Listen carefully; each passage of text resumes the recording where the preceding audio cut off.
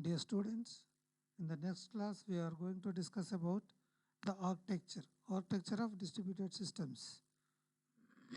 Okay, so in architectures we can see the architectural styles, system architectures versus middleware and self-management in distributed systems. Okay, so if you see the architecture, what is meant by architecture? Architecture is nothing but to explain about the system environment. Is it not? The system environment. Okay. So here in this architecture, it is explaining about architectural styles. Architectural styles is nothing but a pattern. A pattern we are giving how it is going to be. How it is going to be is known as a style. Okay. So architectural styles is nothing but a particular patterns that focus on the large scale of system. Large scale of system means nothing but the entire system, how it is going to look like. How it is going to look like. Okay. And how components are organized. The components are there no components, how the components are organized and how data is manipulated. Components means the components are how it is communicated with the other component. Components located and the components are communicated. Okay, and this is about the architectural styles. And architecture, software architecture, it is a logical organization of software components and different platform or patterns of communication between them. Okay, different patterns of communication between them. See, we discussed about the software architectural patterns. Patterns. Okay, what is mean by pattern? A pattern is nothing but the name we are giving to a component. The name we are giving to a component. Okay, so here we can see that layer architecture, object based architecture, event based architecture, shared data space architecture and data centered architecture. Layered architecture is nothing but the architecture is in layered system. Layered system. Okay, see, division of responsibilities between software components and the placement of the components on computers. Okay, see, if you see the here layered architecture means, okay, so it is one by one. The components are framed is layer type. Okay, and object based architecture is nothing but object oriented architecture. Objects are oriented and we are towards we are highlighting the objects. We are highlighting the objects is known as the object based architecture. Event based architecture is nothing but in this architecture we are highlighting the events. Events is nothing but the objects are communicating, is it not? So in what way it is communicating? What it is communicating? It is an event occurring. Event occurs. So events are highlighting in event based architecture. So shared data space architecture. Shared data space architecture is nothing but the domain or the information we are sharing, is it not? So in this architecture, the shared amount of data is highlighting. Okay, data centered architecture means how the data is manipulated between system to system, between system to system. So in this architecture, data is highlighting. Okay, so here in centralized architecture is a client server architecture. What is client server architecture is nothing but there are two systems and one is from server, one is for the client. So whenever the client requests something, the server has received the request from the server client and it serves. Okay, it responds. And decentralized architecture. Decentralized architecture is nothing but peer-to-peer architecture. Peer-to-peer means the system to system. Okay. System to many systems architecture also there. Many systems to system architecture are also there. So here in decentralized architecture means peer-to-peer architecture, that is system to system architecture. Hybrid architecture. Hybrid, it is a combination of many systems, and how the systems are connected is known as the hybrid architecture. Okay, see, as I told you, layered architecture is nothing but it is the components are shown here. See, request flow and response flow. Layer 1, 2, 3, n, okay, like that, n minus 1 and n.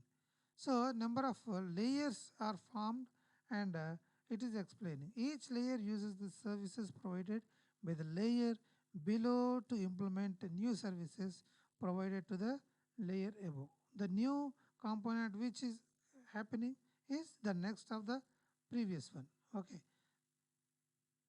Object based architecture. Okay. Objects are highlighting. Object, what is type of object? Objects are highlighting, and architecture is framing. An object consists of set of data and a set of methods. Set of data and a set of methods. Okay.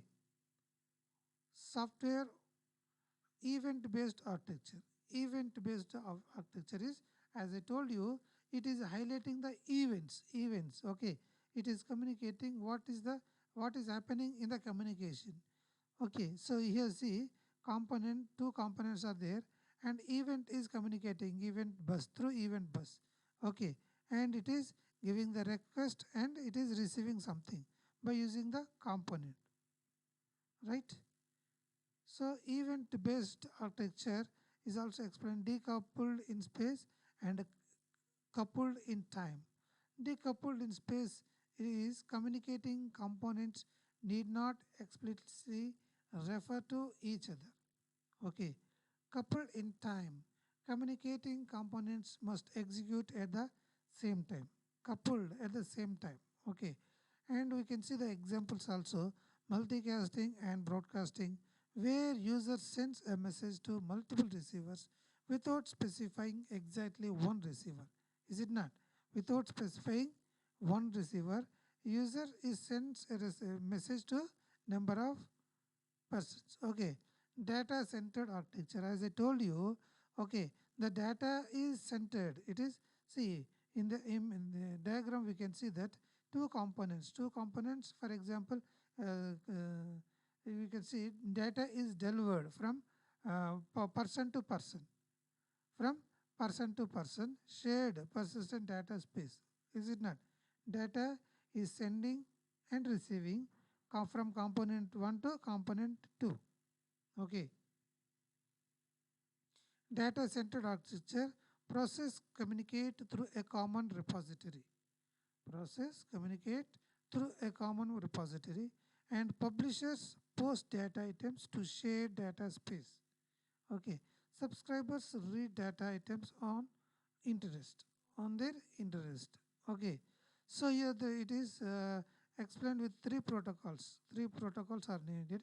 That is communication, data definition, and data manipulation protocols. Communication is nothing but it is his request. Is it not?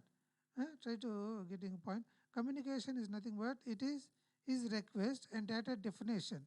Request receiver to the server, and data manipulation protocols. It is data is sending to the uh, client. Okay.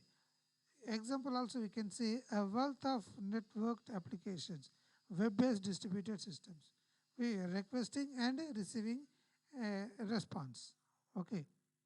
Shared data architecture. Shared data architecture is event-based architecture. Event, see that I told you. Information is sharing. Event-based architecture can be combined with a data-centered architecture. Processes are now also decoupled in time. They need not both be active when communication takes place. Okay. Example, you can see Twitter. So system architecture is like client and server. As I told you, client with request to the server, server receives the request, and it responds. That response is receiving to the client. Okay. Client server architecture, the same above the diagram is explained here, right? Both are same. See here, application layering. Many client server applications are organized into three layers. Three layers: user interface layer, processing level, and data level. Okay, user interface level, processing level, and data level. User interface level means contains applications user interface. Okay, the user can interface and he can receive the information. Processing level, processing, see, the three things are explained in the same way, that request and receiving a request and sending.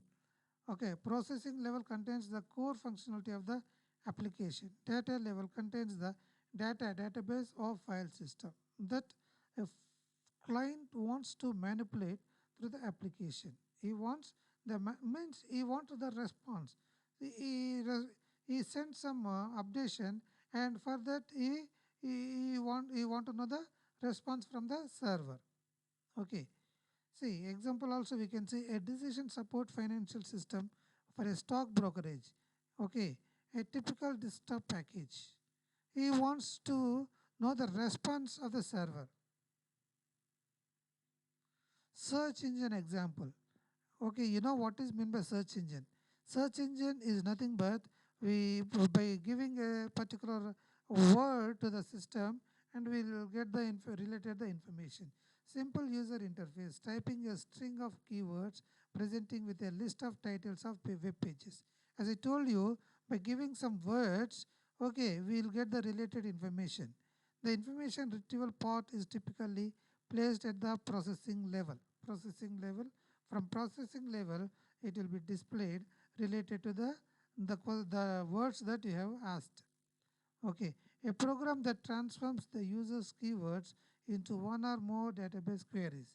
Internally, there are things are happening, but externally we can see, if you give some few words, we can see many the list of the files. Okay, so the backend is formed by a huge database of web pages that have been prefetched and indexed. That is what. So backend, it is the number of there is a database is creating, and the related the information uh, will be defined, will be displayed. Okay, search engine, how it works, it is explaining in the diagram. User interface is, it is you are giving some request. Okay, and with some keywords, and you can see query generator. Okay, from query generator it is going to database. From database it is giving the priority to which it mostly related to that, and from there it is giving the related information. Okay, through the ranked one, and from there you can see in the display, you can see in the display that what are the keywords that you are given related to that information. It is again you can see that user interface level, processing level, data level. Just now before this we have seen. Okay, physically two-tiered architecture. Okay, physically distribute a client server application across two types: a client machine client server architecture, a two-tier architecture, three-tier architecture, or n-tier architecture also is there. Two-tier architecture is nothing but it is two things are there: a client and server. Okay, three-tier architecture, there are the in between client and server, one middleware architecture also there. Okay, a client machine containing only the program implementing the user interface level. A server machine containing the rest, that is the programs implementing the processing and data level. Okay. See, physically two-tiered architecture is like this. User interface is one side and the application database is one side. Okay, so everywhere it is communicating with the application and database. Okay, so here it is explaining about the variations of A, B, C, D, E of alternative client server organizations. Okay, user interface is communicating with the database, and from database it is going to the user, and client machine is implementing, and from database it is communicating, And see, you can see that it is parallelly going down, and it is the information is retrieving from the database to the user, from the client, for the client. Okay, multi-tiered client server. See, just now I told you 2-tier, 3-tier, entire, multi-tier. So there are a number of clients are communicating with the server for their request. Okay, so each server becomes a client of the next server. There are when the clients are more, the servers also have to be increase. Getting point. See, when the clients are more, the servers also have to increase. Otherwise, what happens? Collision happened. Collision. The system will stuck. Okay. So to overcome from the problem, we have to keep more servers. We can see the example one. In website, web servers acts as an entry point to a site. Okay. And passing request to an application server where the actual processing takes place. This application server in turn interacts with a database server. Okay. See, multi-tier architecture is explained like this: user interface, presentation, and application server, database server. Okay. This is also known as the 3-tier architecture. If you go on like this, N10 architecture also we can define. Wait for a request, request operation, request is going to application server, and application server is going to database server. So database server, if it finds the information, it is going to the application server, and from application server, again it is going to the client. Okay. Vertical versus horizontal distribution. The information it is distribution is achieved by placing logically different components on different machines. It splits up a server's functionality over multiple computers. Okay, improves scalability. Improves scalability means we can measure that it is a good one. That application we are using in distributed systems, okay, it is a good one. It is a quality application that we are working on that, right? Horizontal distribution replicates a server's functionality over multiple computers, avoids single point of a failure, and allows load balancing, improves scalability and reliability. Okay, replicated web server. You can see the example. It is a replicated web server, right? Vertical distribution is achieved by placing logically different components on different machines. Different components on different machines. So it improves the scalability. It improves the scalability. Horizontal distribution replicates a server's functionality over multiple computers. So it is the vertical is using for the client and the horizontal is using for the server. So in the same way, peer-to-peer architecture, it is the system-to-system architecture, a class of modern system architectures that support horizontal distribution, offers a flexible means for nodes to join and leave the network. To join and leave the network. All processes provide the same logical services. Okay, so each process acts as a client and a server at the same time, right? At the same time, it is acting for both as a client as well as the server. Okay. In an overlay, network nodes represent processes and links represent communication channels. Okay. By using TCP connections. Each node in the overlay network maintains a list of neighbors. Means how the TCP is the layer is working in the same way it is also using for the neighbor layers. Okay. Processes communicate through the available communication channels. Here you can see two types of overlay networks: unstructured, structured. Unstructured, the overlay network is constructed using a randomized algorithm. Randomized algorithm, we don't know which type is going first and which randomly that will be selected. Structured means it is constructed using a deterministic process. Deterministic procedure. Okay, planned procedure. Unstructured is known as a randomly chosen neighbors, called its partial views of the networks. Okay, nodes periodically exchanges their partial views with their neighbors to create a new partial view, right? The overlay network tends to stay connected. Overlay network tends to stay connected, right? Data items are randomly placed on nodes. To locate a data item, a node floods that network with a search query. With a search query.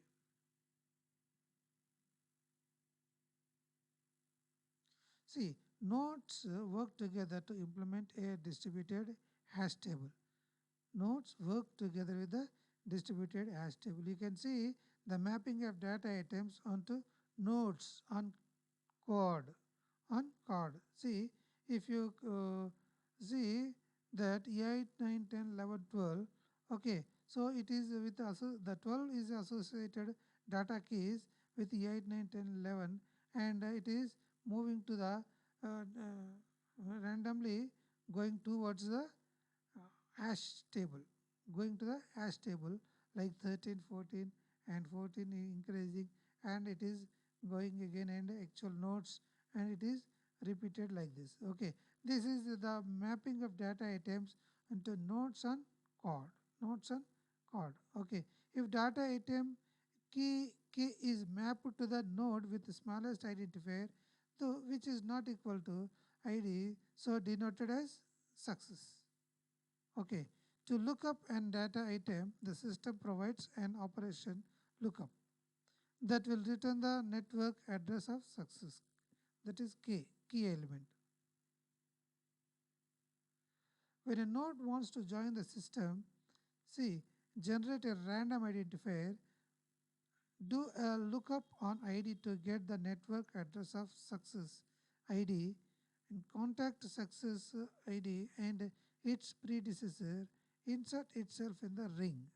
Okay, so data items for which node ID is now responsible or transferred from success ID.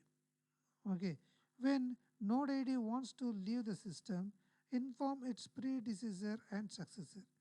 Transfer its data items to successor.